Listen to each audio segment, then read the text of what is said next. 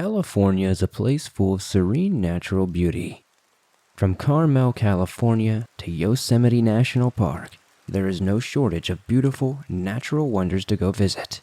But it seems there are also some dark and creepy stories to be had. Welcome back to the swamp, my friends. It's good to see you made it back for another episode. Today we're going to be sharing some creepy and allegedly true horror stories from California. As always, if you have a story that you would like to share in a future episode, be sure to submit it at swampdweller.net or the email you can find in the description down below. I'd love to share your story with everyone here in the swamp. It's stories like yours that help keep this show going on a daily basis. Before we jump right into this episode, I just need to take a moment to let you guys know about Chilling. If you're not aware, I have joined the Chilling family, and I want to make sure that you take advantage of the free trial if you haven't yet. Chilling is the new home of horror. It's an amazing mobile app that allows you to do things that are just not possible on YouTube. With hundreds of amazing stories that are sorted into curated playlists or playlists you can create yourself, we give you so much flexibility to listen the way you want. This includes a Chilling exclusive feature, our ambient sound menu. Change the background noise of any story to fit your mood. It's an absolute game changer. Of course, this is offered completely ad-free. That's right, no ads, just hundreds of hours of uninterrupted, horrifying, creepy, and all-around spooky content. We have new narrators that are being added all the time. We have recently added classic novels, vintage horror radio, and true crime. Over 400 stories from monsters, gore, paranormal, thrillers, true stories, and more. You have the ability to minimize the app and darken your screen. There's also the addition of a sleep timer, and the ability to see what stories you've already listened to, and a recent story section. So what are you waiting for? Come and join us and check out the free trial. It's only $2.99 a month after that, completely ad-free. I had a nearly identical story happen to one that I heard on your channel, and felt it was important to relay my experience as well. There were many times in my life where I was staying in very unusual and creative places. From about the age of 22 to 24, I was living in a few different tents I had set up in the South Hills of San Jose, California. I stayed there for months at a time by myself, because I enjoyed the freedom to do what I want and stay where I wanted. Within the amount of time, I had countless experiences with wildlife. I was camped too close to a water source. I basically set up camp right in the middle of Mother Nature's freeway. Almost every night, around midnight, a group of wild pigs would run down the hill. Some of them were enormous, and sometimes they would squeal and scream. When you were out there, and they were sniffing around the paper-thin tent, it was something terrifying. I also would hear deer, coyote, and have been stalked by a mountain lion at least 3 times. You will learn the natural sounds at night surprisingly fast, especially if you are in the same area for a long time. There was one night when I was sleeping, and was awoken by the sound of pigs coming down the hill. But this time something was different. I'm a very light sleeper, and even though I was somewhat used to them, they would scare me when they got within 15 feet from my tent. But this time, I remember feeling relaxed. It was an unusual relaxed, though, because these things were closer than I was normally comfortable with them being. And surprisingly, the more relaxed I was feeling, the more tired I got. It almost felt like I was being put under before surgery, except I was still aware and had my senses. I heard what sounded like a pig sniffing, and felt one of them brush up against the tent, and then they seemed to leave. All except for one, that is. I couldn't tell if this one was in the back of the group or separate and following not far behind the rest. In my sedated state, I was not concerned the way I normally would be. Then, the pig, or whatever it was, did something bizarre. It laid on me. I could feel its body heat and feel its breathing, but I dare not move, or perhaps I couldn't move from the fear. This creature laid on my chest for what felt like multiple hours, but probably was not much more than just a few minutes. I felt to get off my chest at some point in time, and shortly after that the sedation wore off and I woke up. I don't know what to make of it, but someone out there in a past episode shared a similar experience on your channel, and perhaps others have too. If anyone knows what this may have been, please enlighten me in the comments down below.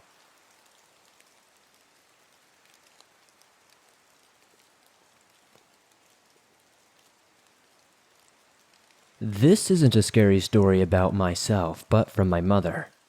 My mother has been working for a grocery store that is well known. It's called Save Mart. This is one of the times that I've been scared for my mother. Back sometime in 2019, my mother was taking some of the old boxes from the meat department out to the trash. This meant she needed to bring them right out back behind the store. So her being the hard-working and best employee at the store, she does as needed. But the only problem was that when she was going out to the dumpster, she sees this homeless man. Now, inherently homeless people aren't bad, and that's not what we're trying to push here. Usually, my mom would just tell them that they couldn't be there and they had to leave. But when she looked at this man, she noticed something blood-chilling. He was smiling, but not just a normal, "Hello miss, how are you doing today" smile. It was the "watch me go crazy and hurt someone" type of smile. Right after noticing his creepy smile, she notices this shiny object in his hand. You guessed it, it was a knife. In my mother's words, she said, "Oh hell no," and booked it back into the store. She didn't have enough time to close the big back door behind her because of how heavy it was, so she immediately ran to her coworker. His name is Tom, so she immediately ran to Tom and said, "Hey, some homeless guy's out there with a knife." Right as he finished saying this, guess who comes through the doorway with that same smile and knife in hand? You guessed it, the random homeless man. They both noticed him immediately, and Tom began grabbing this big butcher's knife off the table, and the homeless man can see that. He knows that his cheap blade is nothing, and books it out.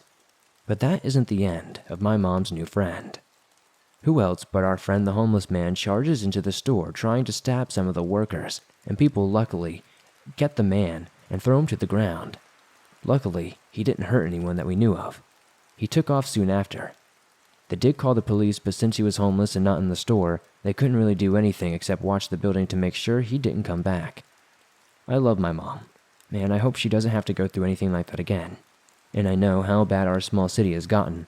It's all too possible that that guy could have been drugged out or something, and that might have been my last day with her.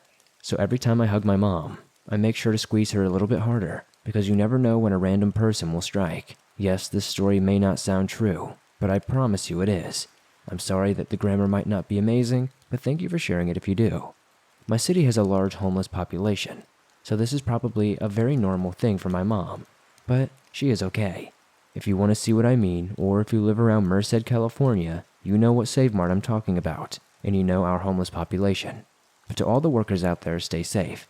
And to everybody who's homeless and not doing crazy things, please be safe as well. I know it's a dangerous lifestyle.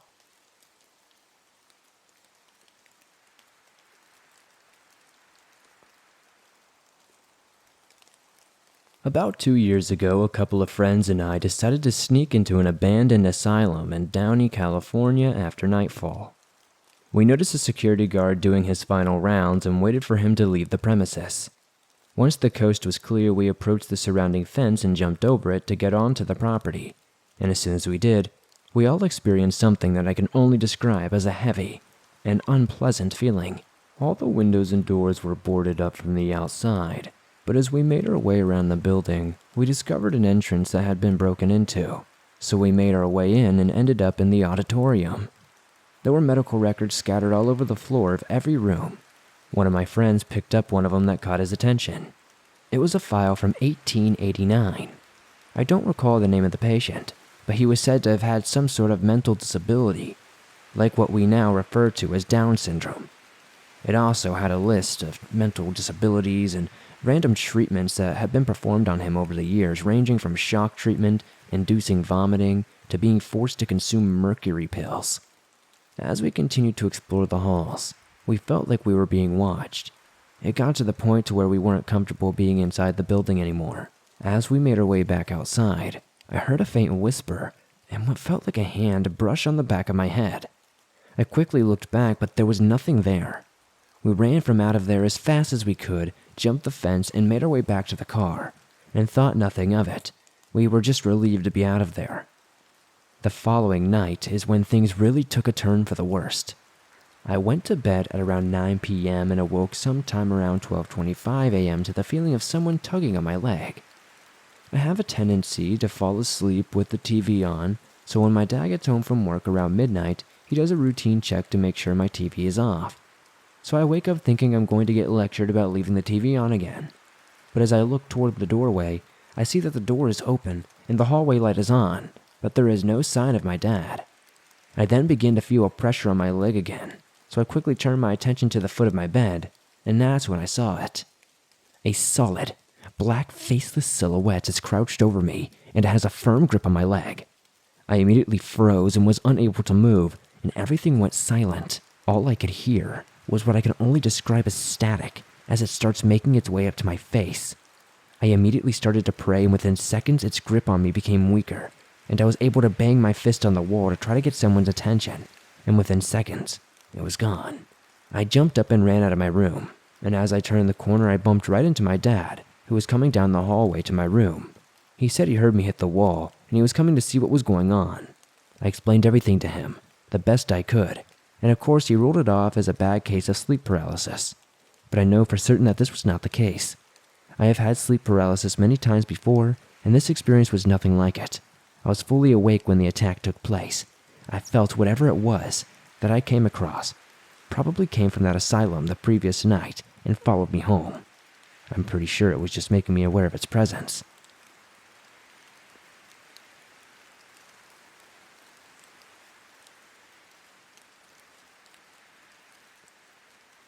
I am a mail carrier here in California. A big part of my job is delivering Amazon packages, and as you can imagine, my workload has increased significantly during the pandemic. As per usual, this has increased the number of strange encounters I have had. I have a few to share, but I'll start with this one. My current route for the past 6 months leads me through multiple subdivisions of large, beautiful homes, like swimming pools with hot tubs in every yard. Given the pandemic, I've noticed people, mainly older folks, have really taken to coming outside to talk to me across their yards. I don't mind at all, but try to keep it short so I don't fall behind on my deliveries. One of my favorite residents is an older lady who I will call Mrs. Lithgow, for the sake of the story. She must be well into her 70s and loves to chat about everything going on in the neighborhood. It's not unusual for her to report back that so-and-so has left their lawn unattended for 2 months, or that they have strange visitors at odd hours. I usually just nod and smile. The house across the street from Mrs. Lithgow was only listed for sale for a few days when it was purchased quickly. Shortly thereafter, my truck began to fill up with Amazon packages for whoever lived there. Mrs. Lithgow noticed right away and told me a week later that the packages would stay in their pile until nighttime, and then have disappeared in the morning. This didn't seem strange to me at the time. Mrs. Lithgow became further concerned and began telling me that there always seemed to be a lot of screaming coming from the house later in the evening. I hadn't heard anything, but my deliveries were always earlier in the morning.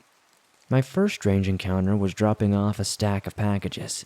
I had loaded my arms way higher than I was supposed to. I was in a rush and was waddling up the path.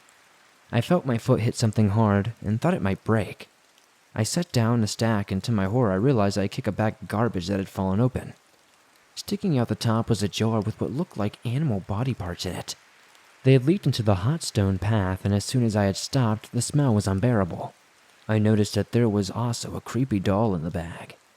I quickly finished my delivery and got out of there. I thought about calling the police, but honestly, I thought maybe it was just a fetal pig or something like that, so I talked myself out of it.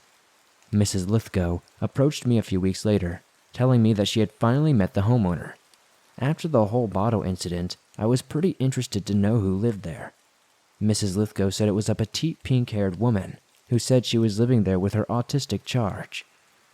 Mrs. Lithgow thought it was so strange, and I couldn't help but agree that this young woman lived there alone with this other person, but no one ever seen them coming or going. I chalked it up to the pandemic and went on with my day. Mrs. Lithgow, though, however, did not. The next day, she came racing to the side of the road. I had to remind her to stay 6 feet away, but she was shouting that there had been an incident. Apparently, the woman living in the house and the man she cared for had been spotted outside in the backyard.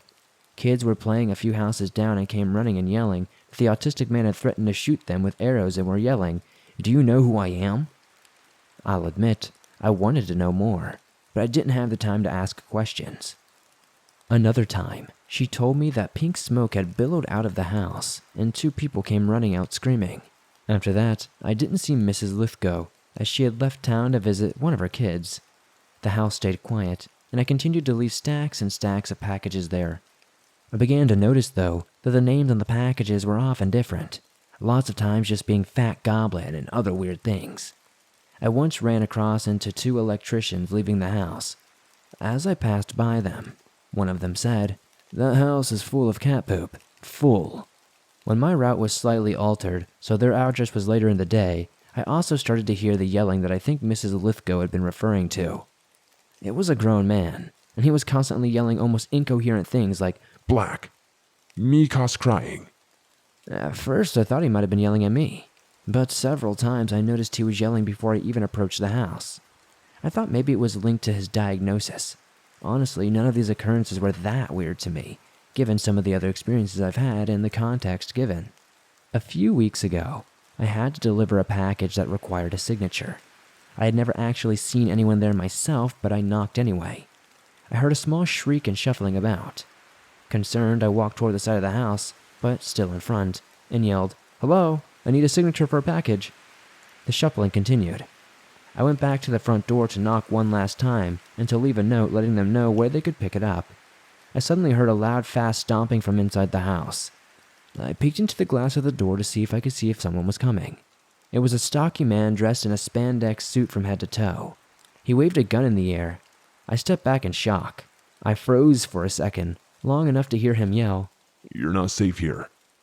That was enough for me to get moving again. I turned and began to run. As I raced down the driveway and back into my truck, I could now fully see the man, holding his weapon, yelling, "I shoot to maim." I took off. I called my supervisor immediately, but was told there is nothing we can do about it because technically I was on their property, and he never directly threatened me. I still think I should have called the police, though. I began leaving the packages at the end of their driveway, and have not heard or seen anyone in that house again.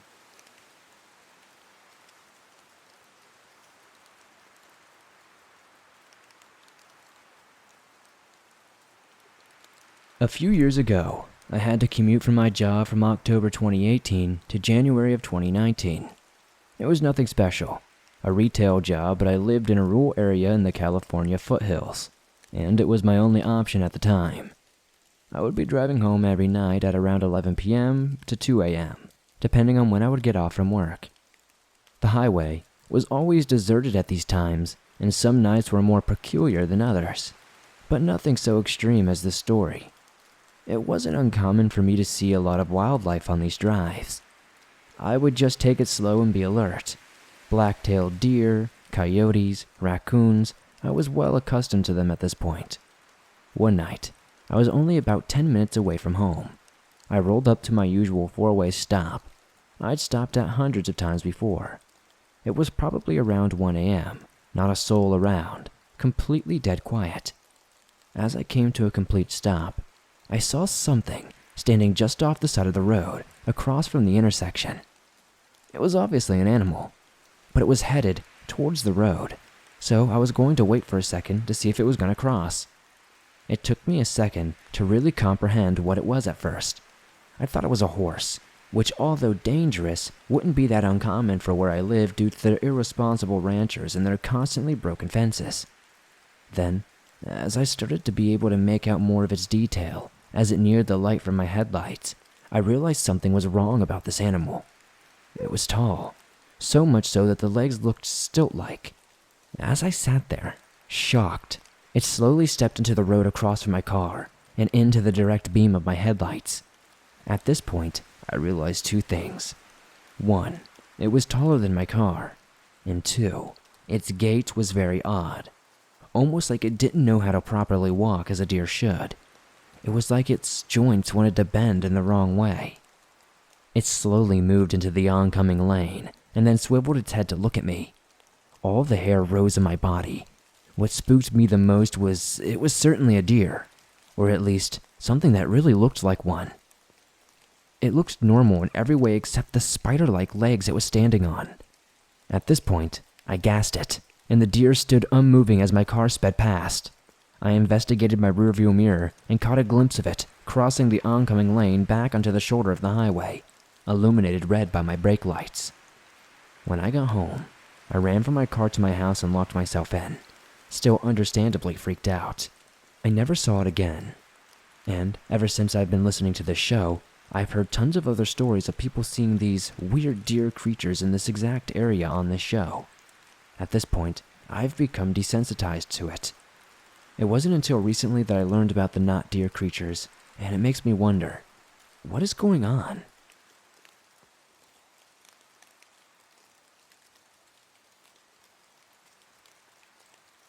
I went on a little hiking trip with my dad to Mount Shasta, California, a small town in Northern California near the Oregon border. Shasta is home to a potentially active volcano named, of course, Mount Shasta. There are many trails on Mount Shasta, so my father and I were excited to do some hiking. We drove up the side of the mountain to the parking lot in which one of the trails began. I believe it was called the Old Ski Bowl Trail.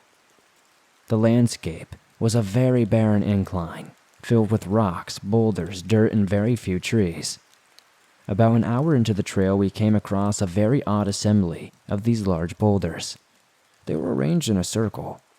We thought it was strange, but we continued. If you look up pictures of the trail, you'll see much smaller rocks arranged in patterns and circles. My father and I only encountered 3 people. At least, that's what they appeared to be at first. The first 2 were a father and son. We met them on a steep incline that went along the wall of the cliff, that when we would switch back, it would take you to the top of the cliff. We stopped and said hello, talked about the trail, and then went our separate ways. Here's where it gets weird. My dad and I started walking up the incline for about 2 minutes. I turned around and I saw the father and son were incredibly far down the trail, almost like they had teleported. It should have taken them at least 20 minutes to get down there from where they were, but somehow, in only about 2 minutes, they have gotten down way further than possible. To this day, I have absolutely no idea how that could have happened. There was no one else on that trail at that point, and I could see the color of their clothes from the distance, so I knew it was them. I pointed it out to my dad. We thought it was weird, but we didn't want to dwell on it, so we just kept on moving. And here's where it starts to get much weirder. As we reached the top of the cliff, there was another strange rock arrangement that was off to the side of the trail. This time, there were far more rocks than before, and they were now arranged in rows, almost like gravestones. We continued the trail and reached another sort of incline with a switchback to reach the top of another cliff. We reached a point where we would need climbing gear to continue, so we decided to head back. When we turned around, I saw a man standing among the rocks, staring at us intently. He was wearing a button-up shirt, cargo shorts, and a wide-brimmed straw hat. He was at a distance where I should have been able to make out his facial features, but it was almost like he didn't have any, like his face was just flesh and skin. I pointed him out to my dad, and the man quickly ducked down behind a boulder and was peering out at us over the top of the boulder. It seemed almost playful, like a child trying to hide. For a few moments, I was almost out of it. I have no recollection of what was going on. According to my dad, I just started walking towards the man in the hat. My dad was calling to me, "Joshua, Josh, what are you doing? Where are you going?" And then I came to. I was standing right at the edge of the cliff. It was a huge drop, enough to kill me or seriously injure me. My dad grabbed me and pulled me back onto the trail. He told me to stay put. My dad went down to the boulders to search for the man, but he wasn't there. There was nowhere for him to go except down or up the trail. It didn't make any sense. He just simply disappeared. I have no idea what was going on in that trail, and I have no explanation for it. I've told this many times to family and friends, and no one has an explanation. I've done my fair amount of research and found similar stories about encounters with a man with no facial features wearing a hat. I've also read that Native American tribes from that area viewed Mount Shasta as a holy site. They believed it could act as a portal to other dimensions, and that it was guarded by spirits who would potentially harm anyone who tried to go up the volcano. If anybody has had any similar experiences or any insight at all, I would love to hear.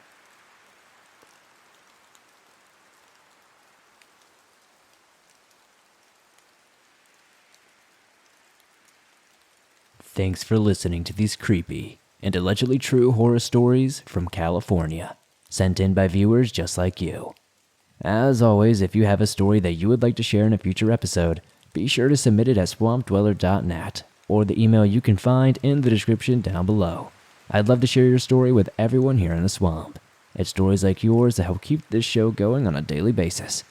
If you're new to the swamp, why not join us? Hit that subscribe button and turn on notifications to never miss a new episode, as I upload them nearly every single day on all things natural and supernatural. If you enjoyed these stories, please be sure to hit that like button, as it helps me out a ton. The more likes this gets, the more YouTube promotes it in the algorithm, and that's incredibly helpful to us. If you're listening to this on iTunes or another podcast platform, please be sure to give us a 5-star rating, as that's very, very helpful over there. If you're new to the swamp and haven't joined us yet, be sure to hit the subscribe button and turn on notifications to never miss a new episode, as I upload them nearly every single day on all things natural and supernatural. If you're on the go and don't have YouTube Premium, but still want to listen to your favorite Swamp Dweller scary stories no matter where you are, you can download them absolutely free from iTunes, Spotify, Stitcher Radio, and just about everywhere else you find your favorite podcast online. It's absolutely free and always will be. If you would like to support the swamp outside of hitting that like button, subscribing, and potentially giving us a 5-star rating on iTunes, maybe check out the merch store. I've got t-shirts, hoodies, and more. I'd love to see you guys wearing some cool swamp threads. Be sure to let me know in the comments down below what story was your favorite tonight. Join me on Instagram, Facebook, and Twitter, and I'll see you guys soon with another creepy video.